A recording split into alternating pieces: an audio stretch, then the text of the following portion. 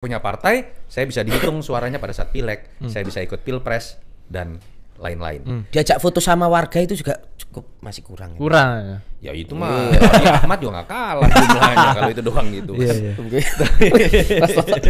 Tapi Raffi Ahmad kan kepentingannya Cipung bukan wapres, artinya kan nggak seribet itu hidup. Iya. Belum gitu kan. Kenapa Jokowi ini ngawur? Tapi ya Pak Jokowi menyadari dalam konteks itu dia harus punya kekuatan politik real, satu-satunya adalah ikut partai.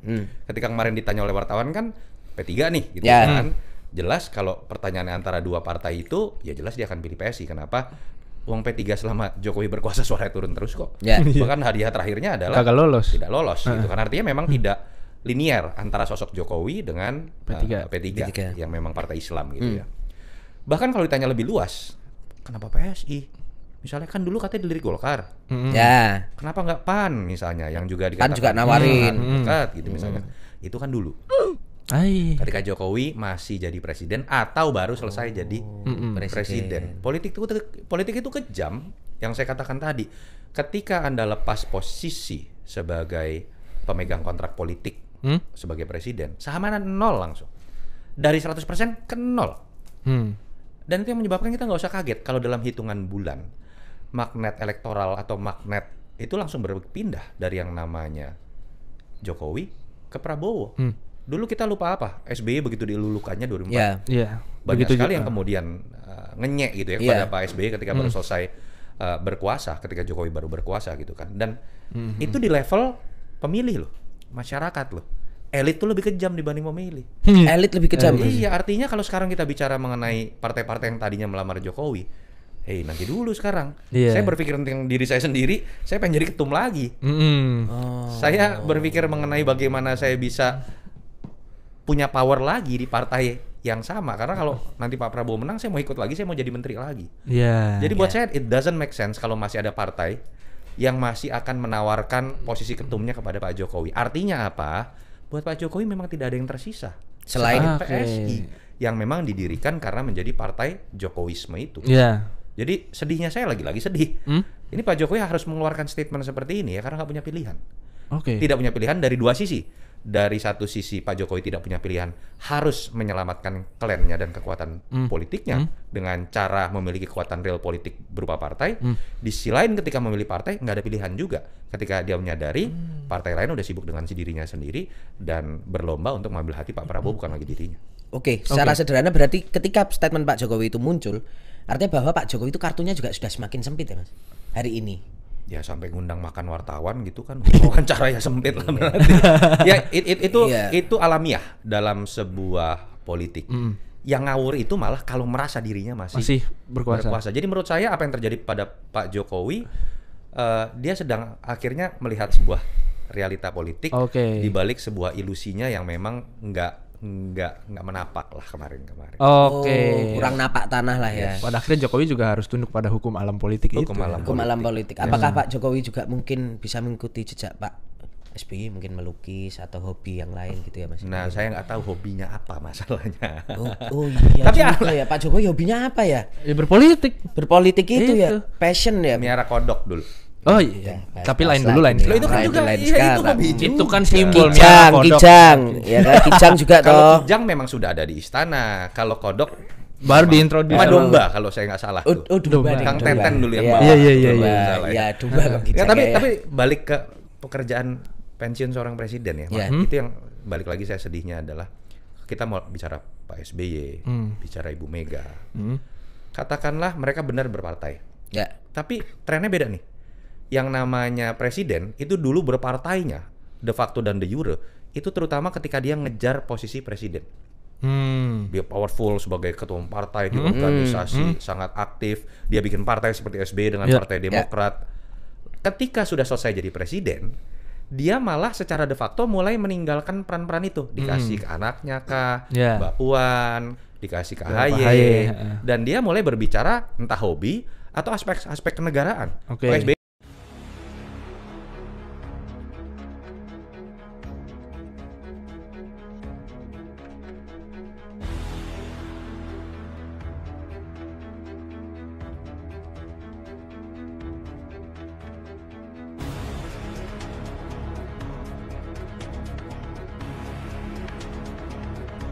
Karena sekarang ini bukan zamannya lagi diam itu emas. Diam sekarang tuh diinjak-injak loh. Ya. Yang benar diam, maka yang salah yang akan berkuasa. Nah itu. Ya intinya sekarang yang masih berisik, yang masih bikin masalah itu mereka-mereka pendukung HTIP itu yang udah dibubarkan oleh Pak Jokowi. Ditambah lagi mafia-mafia yang ininya terganggu. Minta cari dukungan keluar kan mereka kan.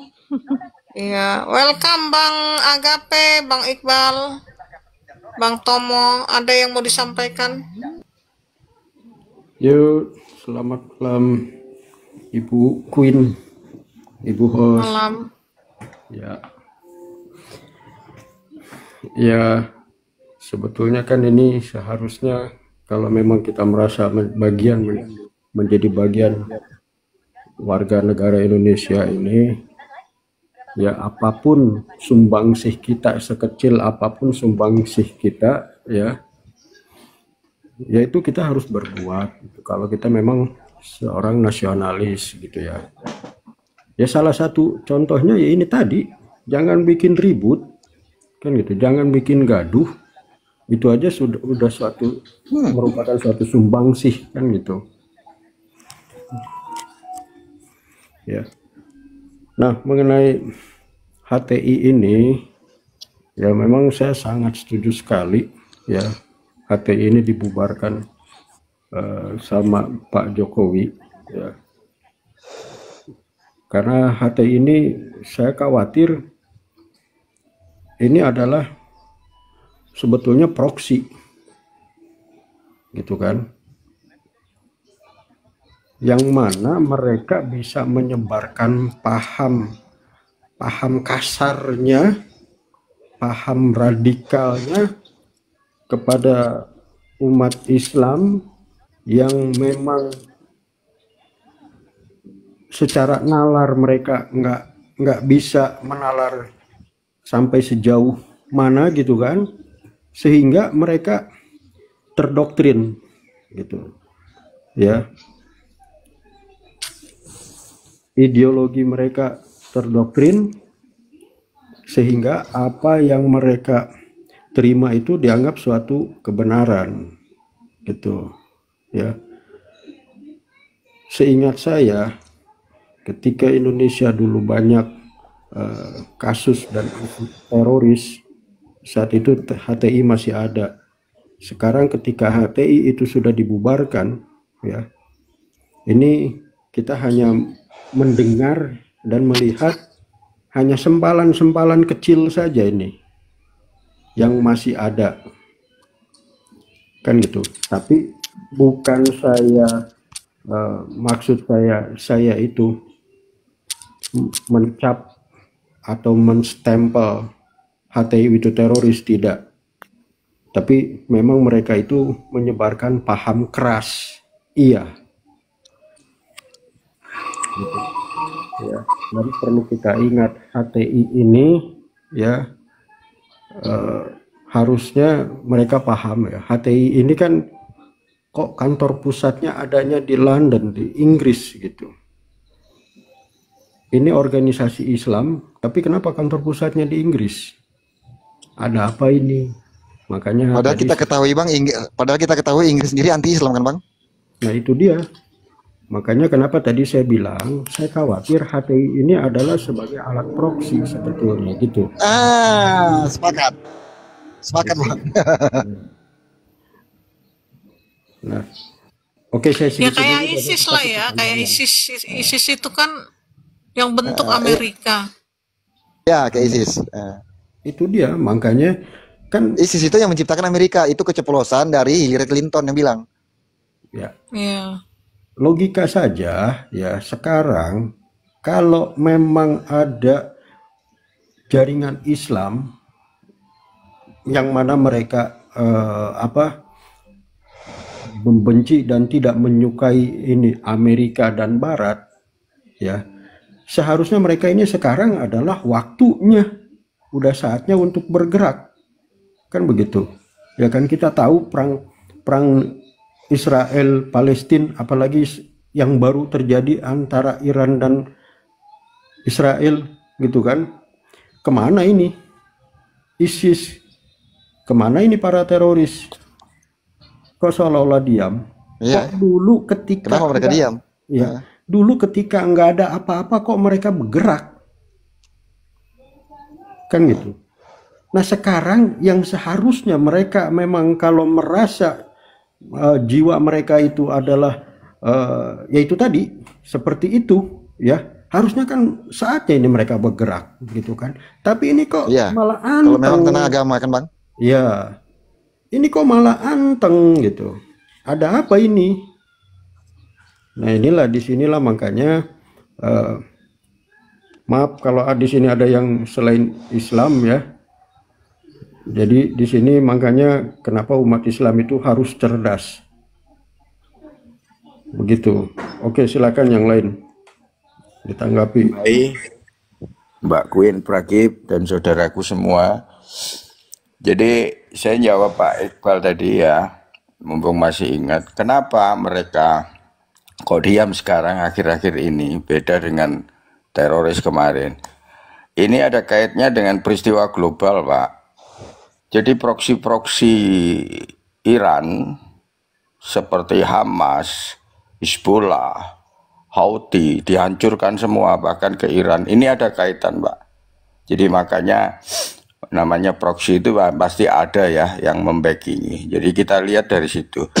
Terus yang terpenting saya lewat komalnya Mbak Queen Pragib ini, marilah ya. Kemarin kita hampir ratusan tahun generasi ini dicekoki oleh pemahaman kesadaran imajinatif.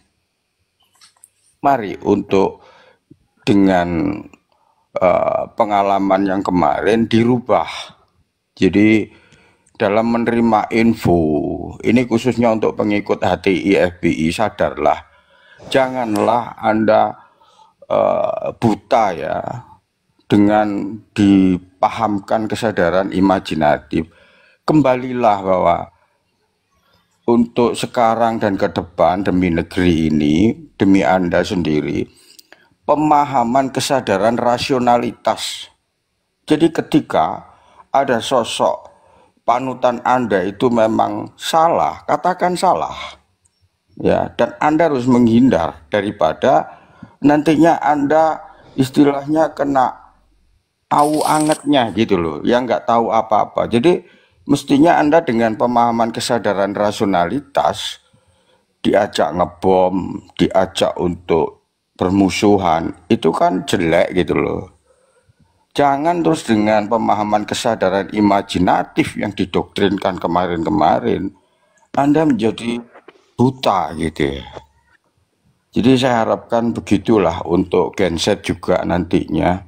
Dan ini saya berharap mungkin lewat forumnya ini, rubahlah kurikulum. Sekarang sudah ada Kementerian Kebudayaan, kembalikan budaya ini, kebinekaan itu, kerjasama dengan Kemendikbud, agar supaya kurikulum ini mencetak guru-guru yang bukan memberikan pemahaman kesadaran imajinatif. Contohnya begini, tadi ya, oh komunis, itu kalau guru kemarin komunis menurut buku definisinya demikian ya, itu nggak bagus. Lebih baik kalau pemahaman kurikulum ini menjadi pemahaman kesadaran rasionalitas. Kalau kepingin tertib bukan hanya sekedar satu arah harus menghafal, kalau ada pertanyaan tertib itu apa, terus akhirnya siswa itu menghafal. Lebih baik seperti Jepang lah, pemahaman kesadaran rasionalitas. Kalau sudah kita menginginkan guru ini tujuannya untuk membuat tertib, ajak anak-anak tanpa diberikan suatu teori, ajak ke restoran untuk antri, ajak naik bis agar punya etika itu ketika dia duduk duluan, ada orang hamil, kemudian ada perempuan tua, dia langsung berdiri. Jadi langsung praktek terus dengan rasionalitas seperti yang dilakukan di negara-negara Jepang itu dan di mana itu ya. Jadi sana praktek bukan teori. Sehingga di sana itu terjadi kebahagiaan ya. Kalau kalau Anda kehilangan jam tangan atau HP di satu restoran di negara maju yang sudah memakai pemahaman kesadaran rasionalitas, maka satu hari pun Anda tanya kembali ke restoran, jam atau HP itu masih ada. Jadi kita kemarin-kemarin mencetak satu pemahaman kesadaran imajinatif ya, surga, neraka, apa gitu ya, sehingga kita tidak bisa memilah secara rasional. Oh, ini disuruh ngebom, semalam dikawinkan, terus besok disuruh ngebom atau nyerbu kantor polisi. Ini bener ndak gitu loh. Dengan pemahaman kesadaran imajinatif, kalau kamu melakukan ini masuk surga. Ini tolong dibuang gitu loh. Itu doktrinnya, Pak. Nah, itu doktrinnya. Itulah pemahaman kesadaran imajinatif yang kemudian dimanipulasi oleh tokoh-tokohnya, membuat satu barisan yang tidak punya nalar rasionalitas. Saya kira itu. Makasih, monggo. Jadi gini, Pak, ya aku pernah melihat podcast yang di situ bintang tamunya adalah Ali Imran sebagai terdakwa penjara seumur hidup dari masalah bom Bali yang memang statusnya adalah adik dari Imam Samudra yang dihukum mati. Tapi karena memang dia sudah bertobat duluan baru ketangkap, ya akhirnya dia nggak dihukum mati, Pak. Dia dihukum seumur hidup, sampai sekarang masih ada orangnya. Dan dia menjadi orang yang mencoba meluruskan bahwasannya teroris itu sebenarnya memang salah, tidak ada benarnya. Dia bilang seperti itu. Jadi begini, dia bilang ada trik-trik itu, Pak, yang memang untuk mendoktrin itu cukup mudah. Dan yang paling mudah itu yang terjaring adalah mereka-mereka yang memang berperilaku radikal, fanatik agama, terlalu fanatik dengan agama yang pada akhirnya